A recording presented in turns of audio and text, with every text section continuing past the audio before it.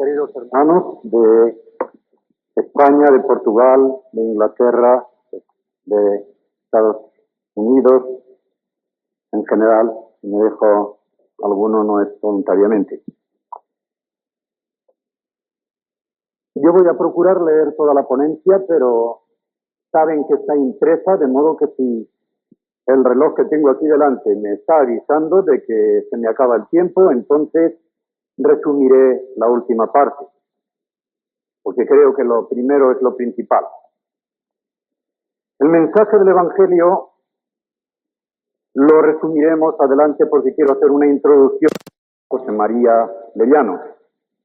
El hombre instalado, vencedor o en vías de victoria de tanta alienación y miseria, será un hombre muy dificultado para todo mensaje trascendente. Descubridor de su tiempo, ¿para qué necesitará de eternidad?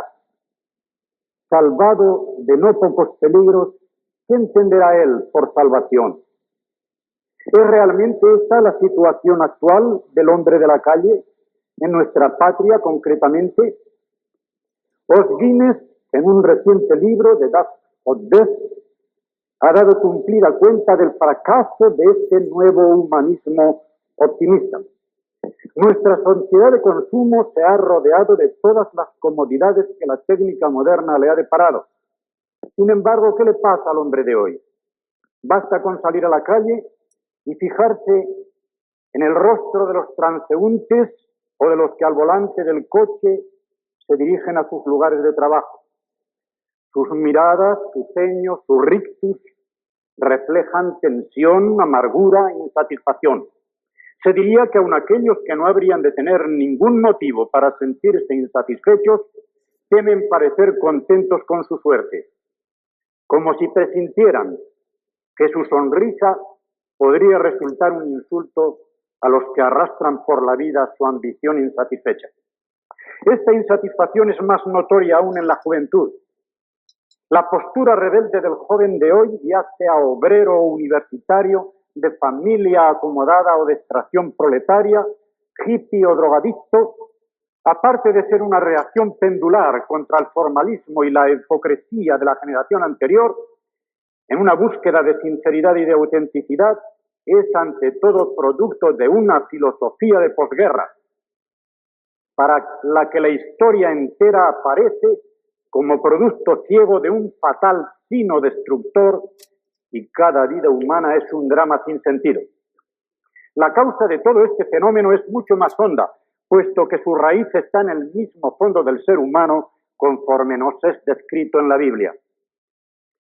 El hombre fue creado para ser feliz en comunión con Dios, a imagen y semejanza de la trina deidad. Y una vez que esta imagen ha quedado oscurecida y deteriorada por el pecado, el hombre no puede menos de experimentar una frustración existencial. Como escribió ya Agustín de Hipona, nos hiciste, Señor, para ti, y estará intranquilo nuestro corazón hasta que descanse en ti. El hombre que huye de Dios, cuyo corazón está entenebrecido, según Romanos 1:21, y que esta necedad conecta con el envanecerse en sus pensamientos, no puede menos de ser miserable, desgraciado, insatisfecho. No importa lo que posea, porque el ser humano personal no es rico por lo que tiene, sino por lo que es.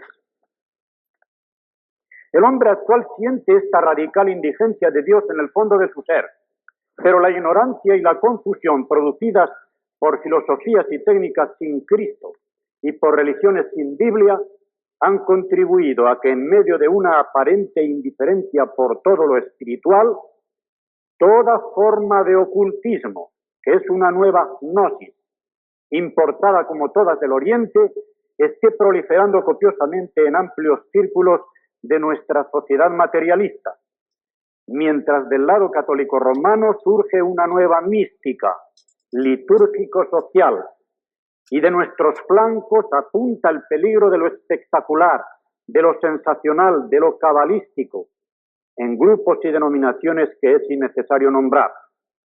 Cuando falta el verdadero conocimiento de Dios, de Jesucristo, del Espíritu, de la palabra, hay terreno abonado para los falsos maestros, ya pertenezcan estos a la escuela de la alta crítica o a la más modesta escuela de los testigos de Jehová. Junto a los modernos ídolos, la persistencia de ciertas supersticiones y el resurgir de nuevas aberraciones religiosas, el verdadero Dios sigue siendo el gran desconocido en medio de gente excesivamente religiosa. ¿Cuál es de ser nuestra actitud? La de la Iglesia de Cristo, la de las iglesias evangélicas de España, de Portugal, de Iberoamérica, ante estas circunstancias que acabo de exponer, la misma de Jesucristo ante las masas hambrientas, ignorantes, sin pastor. Se me enternecen y conmueven las entrañas sobre esta multitud.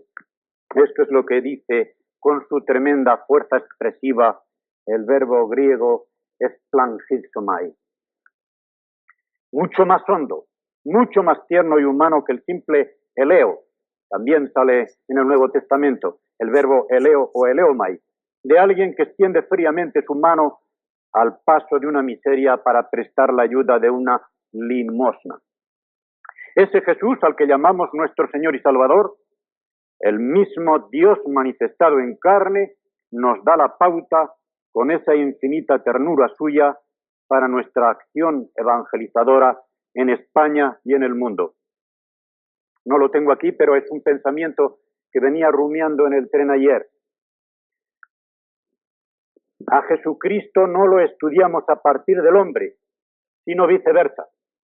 Al hombre no lo entendemos sino a base de Jesucristo, porque Jesucristo es el único hombre con mayúscula en el cual vemos completamente rehecha la imagen de Dios en el hombre que se deterioró por el pecado. Y en Jesucristo vemos dos cosas ante todo. Una apertura infinita al Padre, su alimento era cumplir la voluntad del Padre, y una disponibilidad absoluta hacia los demás. Paul Claudel le llamaba completamente comestible. No tenía nada para sí, todo para los demás. Esta doble faceta es la del hombre con mayúscula, y esta doble faceta tiene que ser la del hombre con minúscula, creyente y de la Iglesia. Docilidad al Espíritu, cuál es la voluntad buena, perfecta, agradable de Dios, para seguir con las antenas alertas, lo que en cada situación, lugar y tiempo nos pide, y disponibilidad absoluta, entregarnos totalmente a nuestros hermanos y al mundo que espera el mensaje. Perdón por esta digresión. El Evangelio es siempre poder de Dios, la dinamita de Dios. Dinamis es poder. ¿Para qué? Para destruir el mundo, para salvación a todo aquel que cree. ¿Y cómo creerán en aquel de quien no han oído? Así que la fe es por el oír y el oír por la palabra de Dios. Y el Evangelio es ante todo esta palabra, con mayúscula, el verbo personal de Dios, la palabra única, exhaustiva del Padre, que por no tener más que una sola palabra no se puede volver atrás. Es persona de una sola palabra. Si dice hoy sí, no dirá mañana no. Si dice hoy no, no dirá mañana sí. Y por eso Pablo en la 2 Corintios enfatiza, porque en él todas las promesas de Dios son sí, y por él nuestro amén, nuestro sí se da para gloria de Dios. La misericordia salvífica y la fidelidad de Dios a sus promesas redentoras, que este es el binomio de la gracia y la verdad, no nos fueron dadas simplemente por manos de Jesús, como la ley se dio por manos de Moisés. Vinieron con él, porque él era la encarnación de esa gracia y de esa verdad. Y ahora ya estamos preparados para ver cuál es esa dinamita de Dios, el poder salvífico del Evangelio. Nos restan dos observaciones: el concepto de salvación y el concepto del ser que tiene que ser salvado o salvo. En cuanto a lo primero, la idea bíblica de salvación se entiende mejor por medio de su contraria, perdición. Texto clave es Lucas 19:10, donde dice el Señor: el Hijo del Hombre vino a buscar y a salvar lo que se había perdido. Lo perdido, dice allí. To apololos, lo perdido. Ahora bien, el verbo apolimi o apolio, tanto en el griego clásico como en el bíblico, comporta la idea fundamental de perecer, arruinarse o destruirse, con dos variantes que recurren a lo largo de la Biblia y van íntimamente unidas cuando se trata de la condición del hombre caído, y son estas: perderse y echarse a perder. En efecto, una cosa se puede perder de dos maneras. A, cuando está en un lugar que no le corresponde.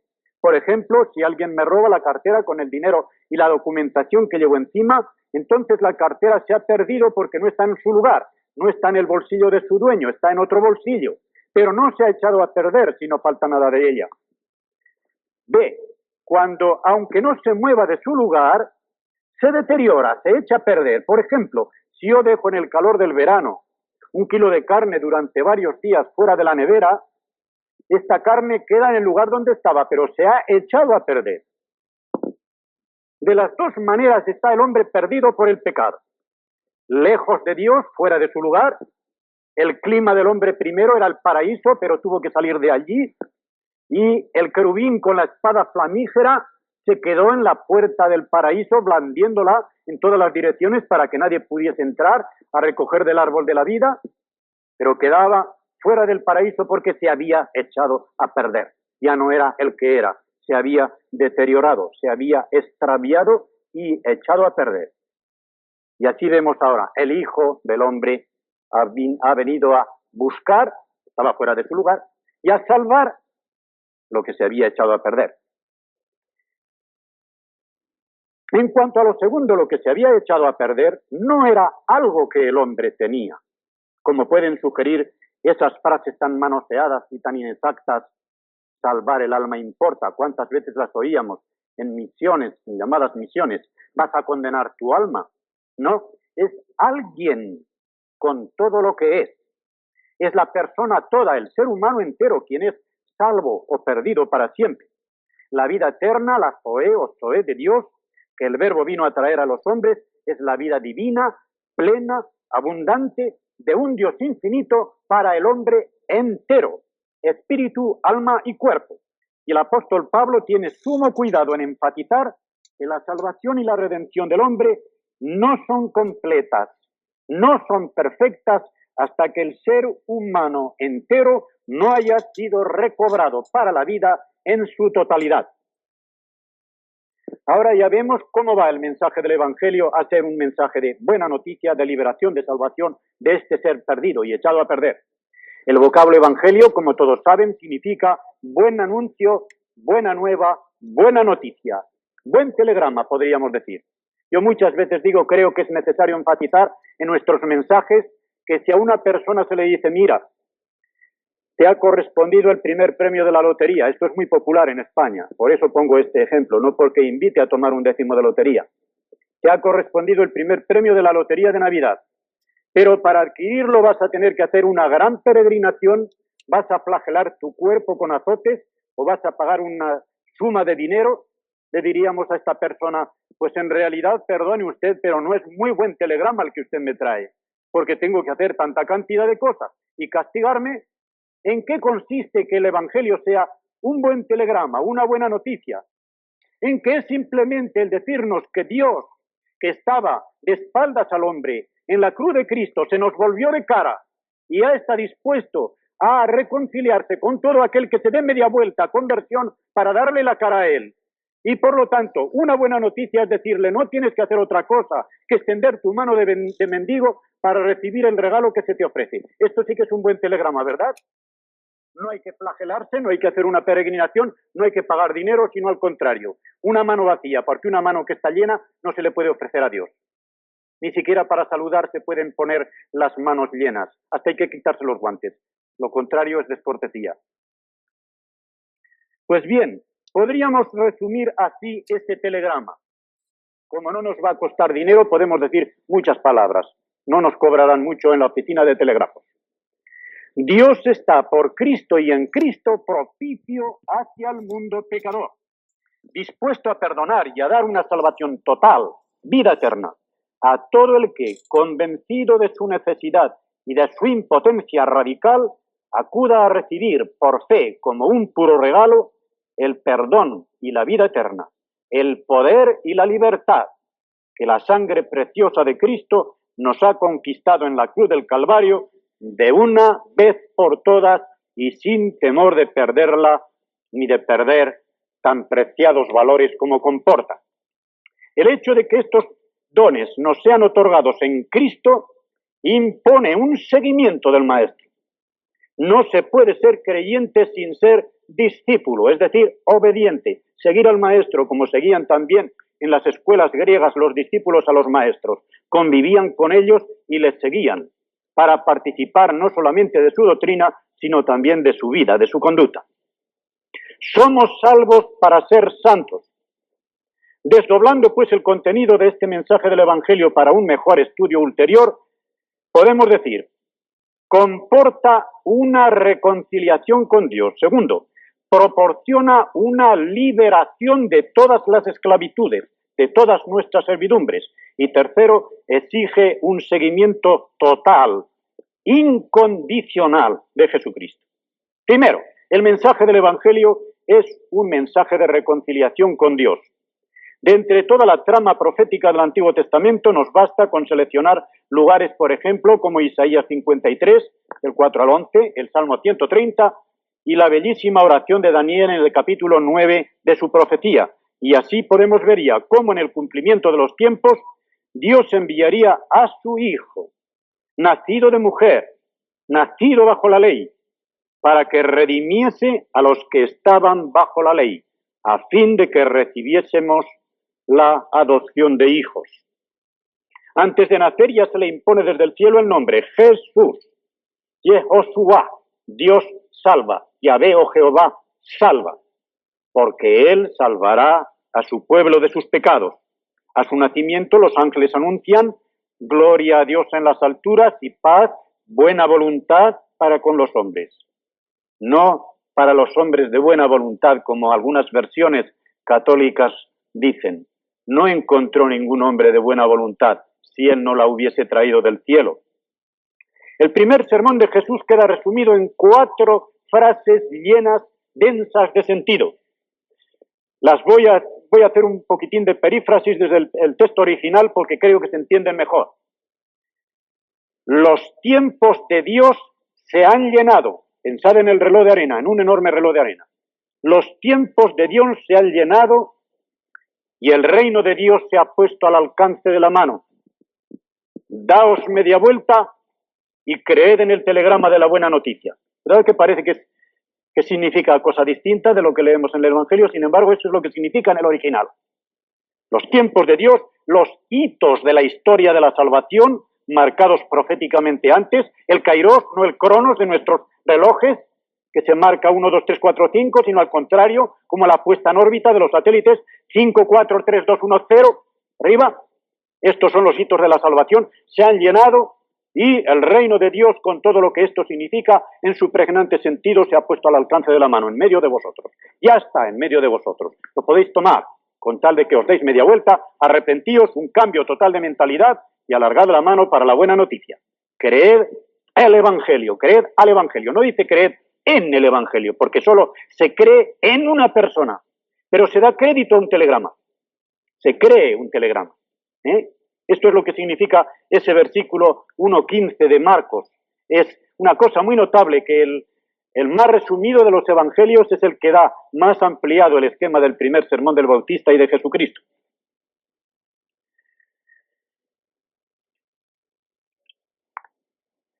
En 2 Corintios 5:19 encontramos ya como un eco de todo esto, más explicitado en que se nos dice que Dios estaba en Cristo reconciliando consigo al mundo, fíjense bien ahora, no tomándoles en cuenta a los hombres sus pecados. Y nos encargó a nosotros la palabra de la reconciliación. Observemos que en este versículo, como en el precedente, el verbo reconciliar está en tiempo pasado. En la cruz del Calvario, Cristo llevó ya los pecados de toda la humanidad. Es la sustitución que encontramos en el versículo 21. De modo que en cuanto está de parte de Dios, ya nos es propicio, ya no está ofendido por nuestros pecados, con tal que cada uno de nosotros rubriquemos con nuestra fe este pacto mediante la reconciliación personal a la que se nos exhorta en imperativo, pasivo, aoristo, en el verso 20. Reconciliaos con Dios. Es un hecho que tiene que tener lugar en nuestra vida. Por eso está en aoristo. Un hecho que se cumple de una vez por todas. Reconciliaos con Dios. Hacer ese acto de ese cambio de mentalidad. Ambos tiempos quedan manifiestamente distintos también en Romanos 5, 10, 11. Dios ya no tiene en cuenta, pues, los pecados de los hombres.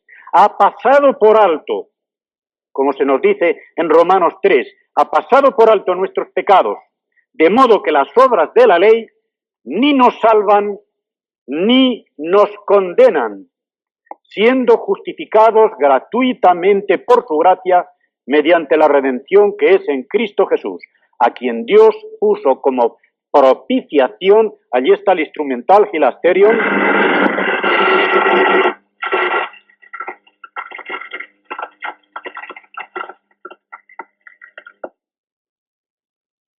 Este terremoto no es el de Pentecostés, pero se parece un poco.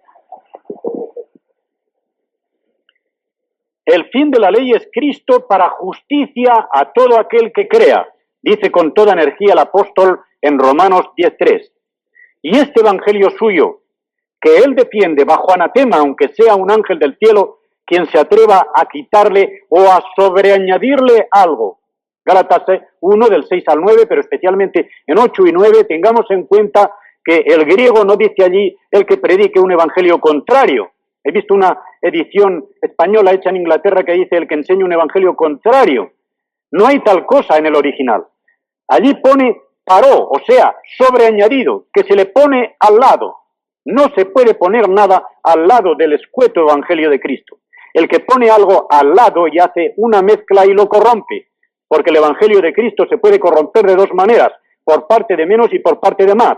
Por parte de menos, como quita el modernismo, por ejemplo, pero también por parte de más. Si alguien añade algo a lo del evangelio y dice sí, la fe y algo más, la gracia y algo más, ya está añadiendo, está corrompiendo. Esto es lo que quiere decir aquí el apóstol. Bien, este evangelio, por ser buena noticia de Dios, dado por medio de la única palabra exhaustiva de Dios, es también único. Trasladémonos, por ejemplo, a la sinagoga de Capernaum, donde Jesús va a dar comienzo a su relevante mensaje sobre el pan de vida. Le cercan muchos de los que el día anterior habían comido de la multiplicación de los panes, y él les dice, trabajad, esforzaos, dice allí el verbo, esforzaos. ¿Por qué?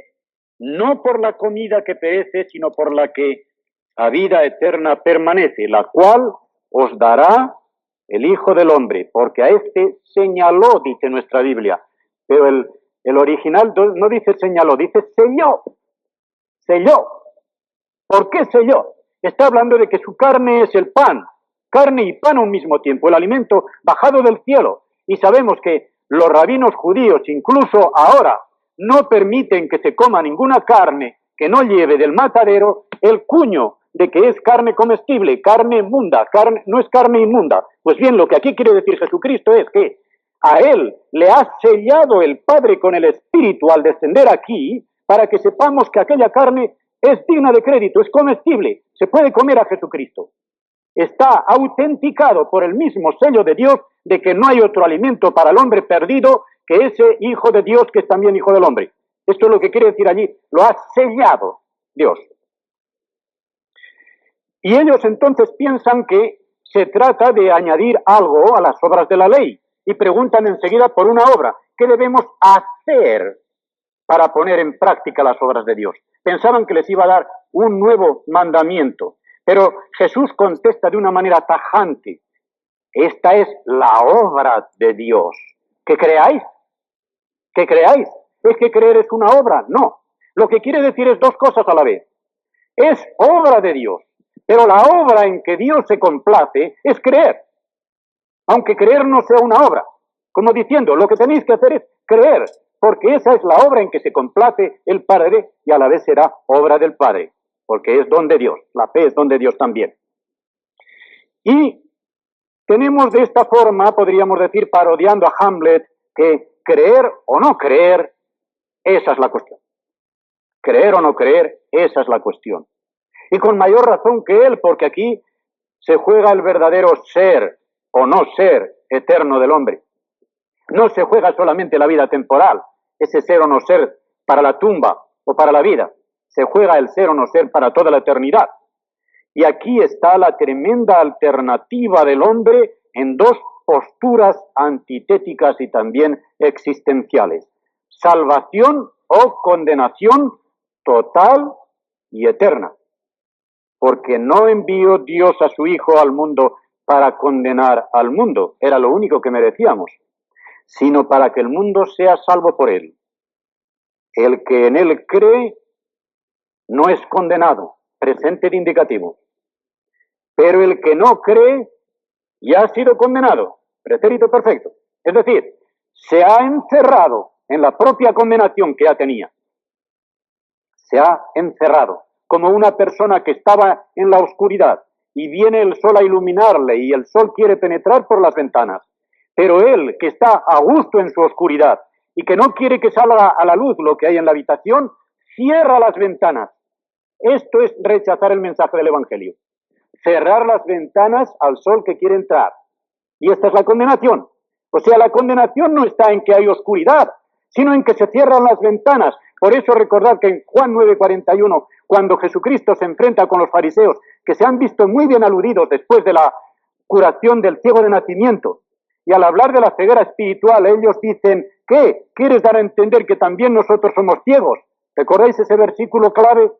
Si fueseis ciegos no tendríais pecado. Pero porque decís, vemos, vuestro pecado permanece. Como diciendo, si tuvieseis conciencia de vuestra ceguera, abriríais vuestra alma a mí, que soy la luz. Pero porque creéis que veis, os contentáis con vuestras propias luces, creéis que estáis sanos. Yo no he venido a curar sanos, sino a curar enfermos. He venido a dar luz a los ciegos, no a los que ven. Os quedáis en vuestra propia condenación. Por creeros sanos, por creeros que veis.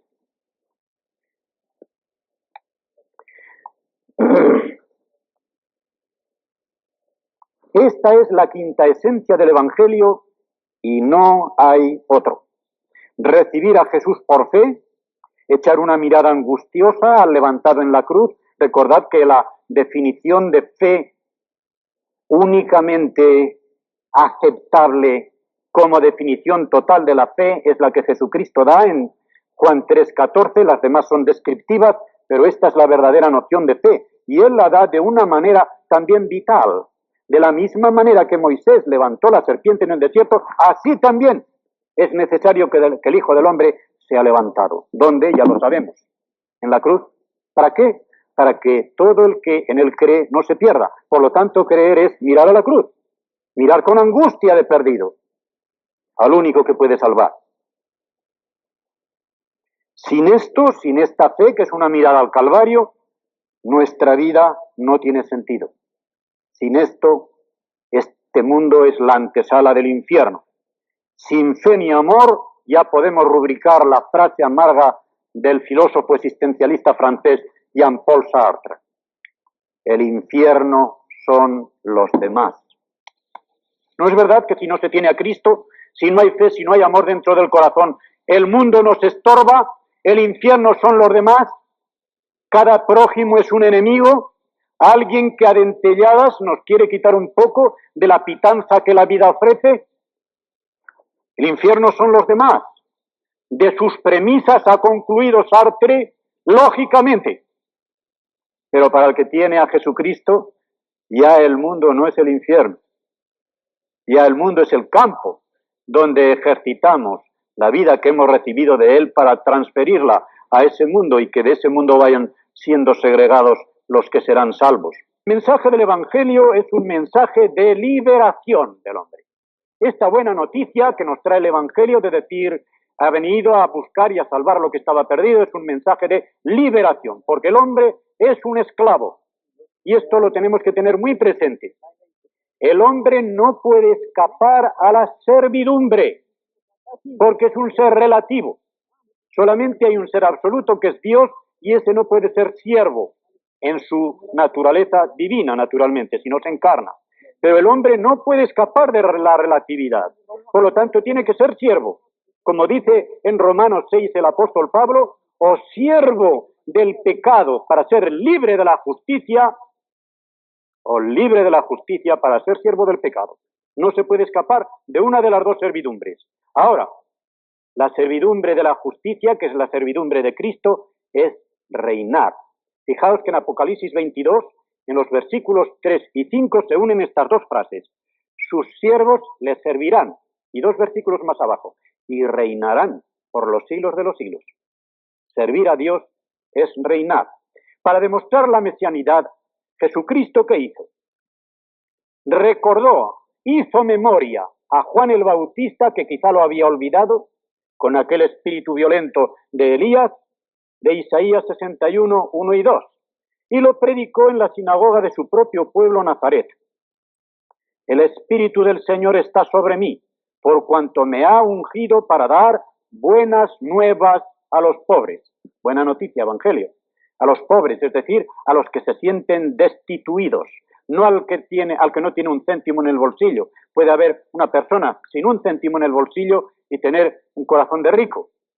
No caer dentro del ámbito de las bienaventuranzas. Los pobres en la Biblia son los que se sienten destituidos de todo auxilio y por lo tanto confían únicamente en Jehová. En Sofonías, ya al final de la profecía, ya se anuncia proféticamente que vendrá, me haré un pueblo pobre y humilde que esperará en Jehová. Las tres características. Pues bien, llega a predicar el año agradable del Señor, a sanar a los quebrantados de corazón, a pregonar libertad a los cautivos, a dar vista a los ciegos, a poner en libertad a los oprimidos, a predicar el año agradable del Señor. El gran jubileo de Dios, en que se van a perdonar todas las deudas, se van a recuperar todas las haciendas, se van a soltar todas las cadenas. Y es de notar que Jesús interrumpe abruptamente la lectura a mitad del versículo segundo. ¿Por qué? Porque la segunda parte, y el día de venganza del Dios nuestro, tenía que quedar reservada para el final. Él no había venido, como Juan el Bautista estaba predicando, a tener la criba en la mano y a separar inmediatamente el trigo de la paja, ni iba a poner inmediatamente el hacha a la raíz de los árboles, no tan inmediatamente. Recordemos la parábola de la cizaña. No, él vino a liberar al hombre, a hacer el bien. El día de la venganza del Señor Dios nuestro quedará para después, para el final, cuando todos los enemigos sean puestos bajo sus pies. En su primera venida Jesús vino solo a salvar. No vino a quebrantar la caña rajada, ni a extinguir el pábilo que todavía humea. Aunque ello dejase perplejo a este Bautista, espíritu de fuego, cuando Pedro tiene que dar un testimonio de Jesús, lo resume en estas palabras. Dice que él había pasado por esta vida haciendo bienes y sanando a todos los oprimidos por el diablo. Todos los oprimidos por el diablo. ¿Por qué dice esto? Lo dice esto porque precisamente la esclavitud fundamental, radical del hombre es el pecado. Y por esta esclavitud uno es siervo del demonio. Si a uno se le libera de esta esclavitud fundamental, aunque tenga todas las tribulaciones y todas las enfermedades que la vida pueda traerle, ya es libre, ya es liberto. En cambio, si tiene esta esclavitud fundamental, ya es un esclavo para siempre, aunque esté nadando en la opulencia y aunque no tenga ninguna enfermedad aparente. Estará siempre abocado a la muerte, naturalmente. Es preciso tener en cuenta esto para valorar el sentido de los milagros de Jesús, o señales, como se dice especialmente en el Evangelio de Juan. Es cierto que los milagros u obras del Padre en Jesús manifestaban claramente su mesianidad, pero no era un show de un mago oriental o de un hábil prestidigitador o de un santo milagrero, no. Era para hacer bien a la humanidad doliente, pecadora. Era para liberar al hombre de sus esclavitudes, de sus limitaciones y de sus miserias. Examinemos por un momento la condición del hombre caído de aquella su primera condición original, en que la imagen de la trina deidad reverberaba completamente en él. como en el virrey de la creación. El ser humano poseía un albedrío dominador con que poder sojuzgar y señorear al mundo, imagen del Padre, que lo obra todo en todos. Poseía una clara inteligencia con la que captaba la íntima esencia de las cosas hasta tal punto que podía definir, decir, a este animal le corresponde tal nombre, luego captaba la íntima esencia para darle el nombre, y allí el Génesis nos dice, y aquella definición era tan acertada que el nombre que Adán les puso es el que queda hasta ahora, como diciendo, qué acertada definición dio Adán de las cosas, ¿verdad? Porque tenía a imagen del Hijo la palabra exhaustiva de Dios, el conocimiento claro de la esencia íntima de las cosas, y poseía, en fin, una perfecta comunión con Dios, con el Ruaj de Dios, por medio de su espíritu, por el que era recto moralmente, dominador de sus pasiones, exento del sufrimiento, de la enfermedad y de la muerte. Veamos ahora cómo deja el pecado original al hombre. El demonio consigue que el ser humano, el primero, y cada uno de nosotros también, cometa una doble iniquidad, que es una horrible injuria contra el carácter santo de Dios y un error funestísimo contra la felicidad propia del hombre. Primera, desconfiar de la buena voluntad de Dios. Leed detenidamente Génesis 3:5. La primera tentación de la serpiente es desconfianza, como si Dios tuviera celos de su criatura. No ha sido por bien, por lo que os ha prohibido el comer de este árbol, no, es que tiene envidia. Es que lo vais a saber todo como Él. Dios no quiere que sepáis tanto como Él. Esto es lo que pasa. Esta es la tentación de autosatisfacción, de autosalvación y de autoconseguimiento de la felicidad. Y esta es la tentación que hace a cada hombre. ¿Por qué vas a seguir las normas de Dios si tú puedes ser feliz por tus propios medios? ¿Por qué quieres salvarte de pura gracia si puedes salvarte por medio de buenas obras? ¿Por qué sigues un camino de incomodidad y de obediencia cuando puedes ser completamente libre y seguir tu camino? Esta es la tentación que el demonio hizo a los primeros padres y nos hace a cada uno de nosotros. Pretender alcanzar el saber, la felicidad, la salvación en plena autonomía, al margen y en contra de la voluntad de Dios. Y este afán de salvarse por sus propios medios, con los fracasos consiguientes, seguirá ya a lo largo de la historia a toda la humanidad. ¿Cuáles son los resultados nefastos de esta rebelión del hombre contra Dios? Los siguientes. De dominador del mundo se convierte en esclavo oprimido. Génesis 3, 17, 19.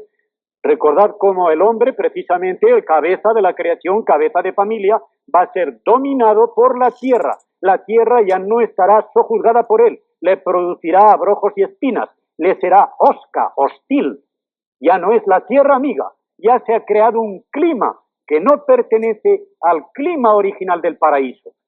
Se le vuelve la creación en contra, y por eso en Romanos 8 el apóstol enfatiza mucho que esta creación está gimiendo como con dolores de parto para que los hijos de Dios reciban su última adopción, su última redención, y que la creación misma también sea redimida, que todo el escenario cambie, porque aunque el hombre esté redimido interiormente en su espíritu por la gracia de Dios, todavía el clima, el escenario está sin redimir, y esto es una anomalía, esto es un anacronismo, pero este anacronismo solamente se reducirá a la nada cuando venga la redención de nuestro cuerpo, y entonces semejantes a él, viéndole cuál es, el escenario también será como compete a los hijos de Dios totalmente adoptados a la gloria del Padre. Era el inteligente conocedor de todas las cosas, pues ahora cae en la mayor estupidez. En la mayor estupidez. 1 Corintios 3:19, no quiero mirar todos los textos, pero ahí veréis. El que gozaba de esa tridimensional rectitud moral, con Dios, consigo mismo, con el prójimo, se esconde de Dios. Primera huida. Se desconoce a sí mismo, se avergonzaban de estar desnudos. ¿Quién les había dicho que estaban desnudos?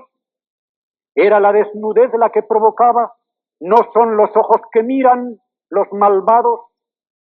El cuerpo del hombre como la verdad fueron creados desnudos porque no tenían de qué avergonzarse. Obra de Dios. Cuando el ojo del hombre se enturbió, las cosas comenzaron a parecer vergonzosas. Es el hombre que mira. y todas las miradas de los hombres pecadores son malvadas, y por eso ni el cuerpo humano ni la verdad pueden ya andar desnudos por la calle.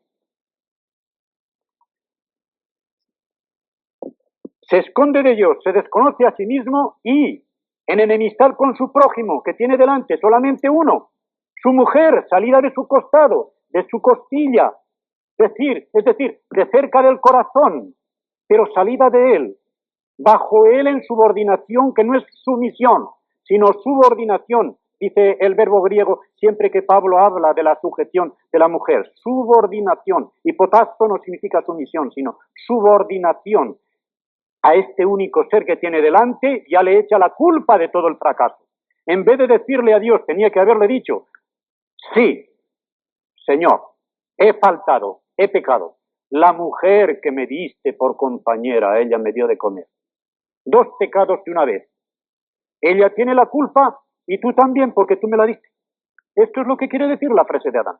Ella tiene la culpa y tú por habérmela dado. Mira qué mujer me diste. Qué crueldad para el único prójimo que tiene delante. Qué degeneración de tan excelsa gloria y majestad a tan profunda miseria. En esta miserable condición es en la que encuentra el verdadero buen samaritano con 2 mayúsculas, que es Jesús a la humanidad, malherida y desvalijada, sin nada que poseer y a la vez sin nada de que gloriarse. Y ahora comprendemos también el valor de ese mensaje de buenas noticias. Desatar al cautivo y al oprimido, dar vista al ciego, que es el privado de luz en la mazmorra, y vendar, sanar al quebrantado. Liberación de la esclavitud, por lo tanto, primero. Libertad es la facultad, cuidado porque ya sabéis que la palabra libertad suena de muchas maneras distintas en el mundo según el diccionario que cada uno lleva en el bolsillo, porque cada uno de nosotros tenemos un diccionario. Por eso no nos entendemos. En un artículo de La Vanguardia decía estupendamente, Noel Clarasó, había habido un congreso sobre comunicación en Barcelona, y dice, conclusión primera del congreso, que no hay comunicación sino incomunicación. Y dice, y gastarse tantos millones de pesetas para un congreso para salir con semejante estupidez, porque ya sabemos que no hay comunicación sino incomunicación. ¿Por qué? Porque hemos quitado la comunicación del teléfono de tal forma que creemos que estamos hablándole al vecino y nos estamos hablándonos a nosotros mismos. O sea que cuando el vecino está hablando, en vez de escuchar a ver lo que dice, estamos con el teléfono conectado a nuestro propio oído, esperando lo que le vamos a contestar. No lo que le está diciendo, sino lo que le vamos a contestar. Y así no nos enteramos de lo que dice. Y el otro dice, pues este tampoco me ha entendido. Incomunicación. ¿De dónde ha salido esta incomunicación? De aquí. De aquí. De no entender la palabra libertad. Libertad no es hacer lo que a uno le da la gana, sino el ir derechito por el camino de la felicidad al final de la salvación sin obstáculos que cierren el paso. Es decir, sin coacción desde el exterior y sin compulsión psicológica desde el interior. Es la facultad de obtener la plena realización de la persona con los medios más adecuados, con la capacidad física y psíquica de escogerlos sin coacciones externas ni condicionamientos internos. Todo lo que dificulta la búsqueda acertada y el encuentro seguro de la vida eterna es un atentado contra la libertad humana. Esta vida eterna en comunión con Dios, que ha de hacer feliz al hombre, proviene de Dios y solo de acuerdo con el plan, la norma y el poder de Dios se puede alcanzar. Ahora bien, el hombre caído ha perdido la brújula, esa brújula que marca el norte. Su mente está envanecida o, según el texto sagrado, vacía, vacía, no tiene contenidos. Si no tiene contenidos, ¿qué reflexiones puede haber? El corazón está entenebrecido, endurecido, es decir, está impermeable al amor. Y la voluntad está centrada en el yo, encerrada en la propia miseria.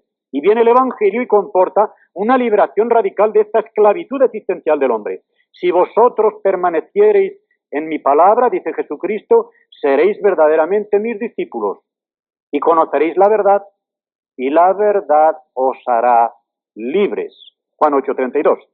El que nace de nuevo por el Espíritu y se deja conducir por este Espíritu queda liberado de toda esclavitud. Del demonio, del pecado, del error, de la ignorancia, de la obligación, en sentido peyorativo, ligación, atadura. ¿Por qué? Porque el amor es libre, pero ata con su propia cadena, que es una cadena de oro, no es una cadena de hierro. Se disfruta de esa suprema libertad del amor, que es la más sublime expresión de la santa libertad de los hijos de Dios. 2 Corintios 3:17. Donde está el Espíritu de Dios, allí está la libertad. No hay otra. Ama y haz lo que quieras, decía San Agustín. Entendiendo bien el contexto, porque hay quien incluso me ha preguntado, vaya norma, ¿eh? Ama y haz lo que quieras, según lo que entiendas, por querer y por amar. Si entiendes por amar el eros del mundo, entonces mal. Y si entiendes hacer lo que quieras, hacer lo que te entre en gana, también mal. Pero no quiere decir esto. Ama y haz lo que quieras porque si de veras hay en ti esa óptima raíz del amor de Dios que es el agape, nada malo puede salir de ella. Ahora sí está bien, ¿verdad?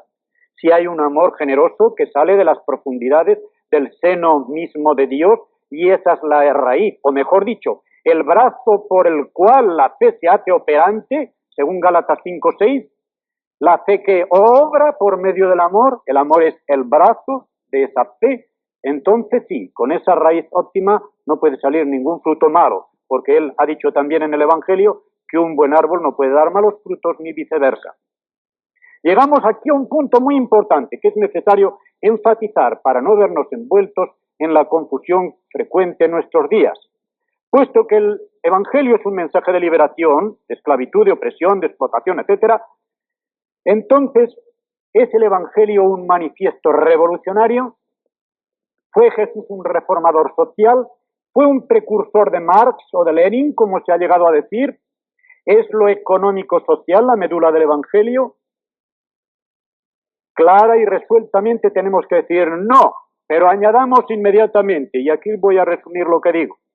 Cuando yo hablo de revolución y hablo del Evangelio, digo que no atacamos a un sistema económico-social por ser demasiado revolucionario, sino por ser demasiado poco revolucionario, porque no hay revolución económico-social que penetre a revolucionar el corazón del hombre, sino solamente el bolsillo.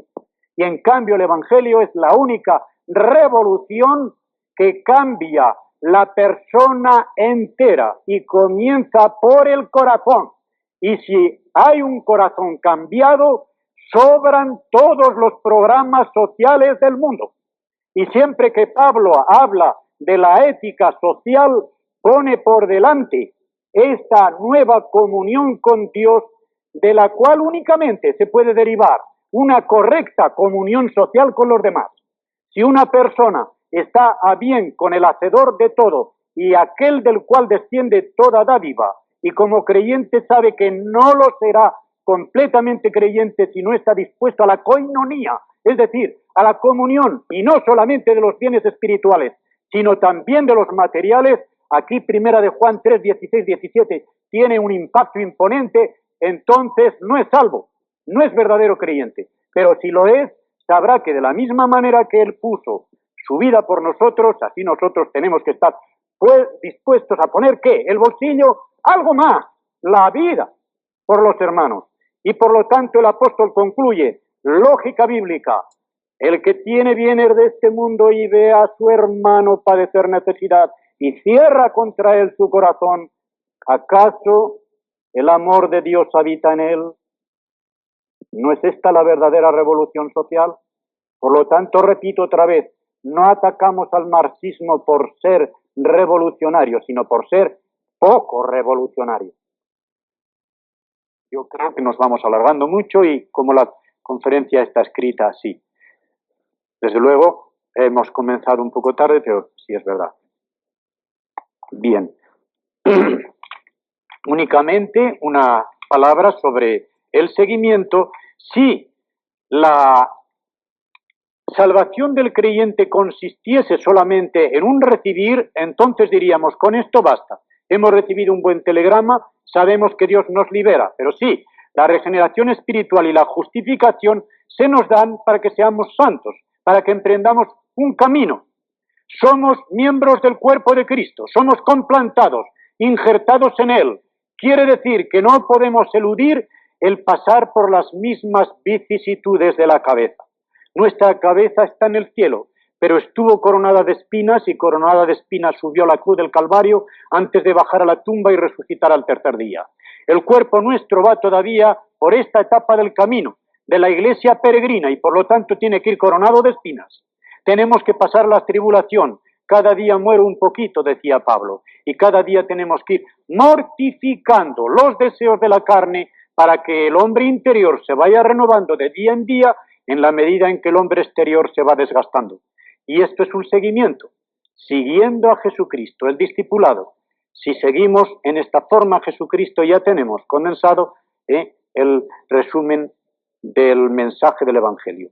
Ese buen telegrama de una liberación total y que nos impone un seguimiento también total de Cristo. Es decir, nuestra vida, el ser o no ser para toda la eternidad, necesita una orientación radical que se ha de hacer en un momento de decisión vital. Y cuando digo decisión no es porque quiera poner la iniciativa en el hombre, sino porque al fin y al cabo el hombre tiene que dar el paso también en su salvación. Dios no cree por nosotros, aunque Él es el único que puede darnos el poder para creer. Contra el sinergismo, yo me opongo también contra el monergismo, y yo le llamo energismo. Es decir, somos nosotros los que obramos, pero es Dios el que obra en nosotros. Por la gracia de Dios soy lo que soy, dice Pablo. No yo, sino la gracia de Dios conmigo. Ni dice yo mediante la gracia, ni dice la gracia mediante mí, sino la gracia que me acompaña me sirve a mí de instrumento para poder, y yo le sirvo a ella de instrumento para servicio. En esta forma, el discipulado se complementa con la razón de ministerio.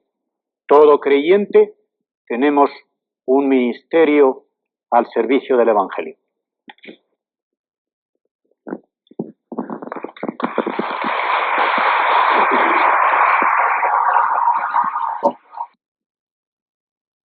Se apuren que no les voy a entretener más de 5 minutos, pero con la venia de la presidencia he creído oportuno que el ponente recogiese algunos puntos que parecían que no habían quedado claros. Yo solamente veo 2 que añadir porque lo demás doy las gracias a todos los grupos. Veo que han recibido bien las conclusiones a que había llegado en la ponencia y no encuentro ningún punto discutible, o sea, en que no haya mutuo acuerdo. Pero 2 cositas solamente. Al hablar de que el marxismo es demasiado poco revolucionario, naturalmente yo no podía tratar del ateísmo porque en eso no ha sido revolucionario. Hace 3000 años que el necio dijo en su corazón no hay Dios. O sea, en eso no ha hecho ninguna revolución el marxismo. La revolución ha sido solamente en lo social, quitándosela al Evangelio. Es decir, si la Iglesia hubiese hecho la revolución social partiendo del Evangelio, hubiera sido innecesario el marxismo.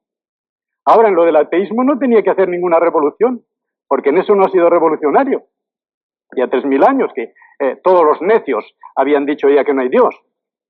Y el otro creo que es muy importante porque veo aquí un aspecto pastoral que podría ser muy peligroso. Y es cuando se ha hablado de explicar todo el consejo de Dios. ¿Cuándo? ¿A quién le explicaba todo el consejo de Dios San Pablo? ¿A los inconversos? No, señor. A la Iglesia. Porque si no ponemos el carro delante de los bueyes. La comisión, la gran comisión dada a la Iglesia fue haceos discipulados, bautizándoles y enseñándoles.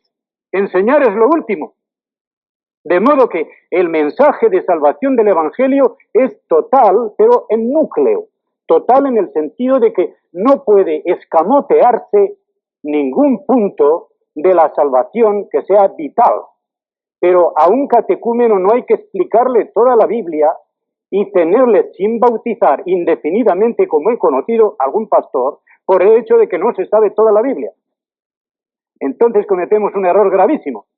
¿Qué le exigió Felipe al eunuco para bautizarle? ¿Ustedes creen que le pudo explicar toda la Biblia antes de llegar a donde había agua? Aquí hay agua, ¿qué impide que me bautice? ¿Verdad que no? Pero le explicó Isaías 53, que era bastante para el núcleo de la salvación. De modo que esto creo que tiene que quedar muy claro. El punto vital de la salvación tiene que explicársele y lo tiene que entender muy bien el individuo que haga profesión de fe. Pero la enseñanza de todo el consejo de Dios se da después a la Iglesia. O sea, los pastores responsables tienen que explicar el consejo de Dios a la Iglesia y que no quede ningún punto de doctrina sin tratar debidamente. Solo esto,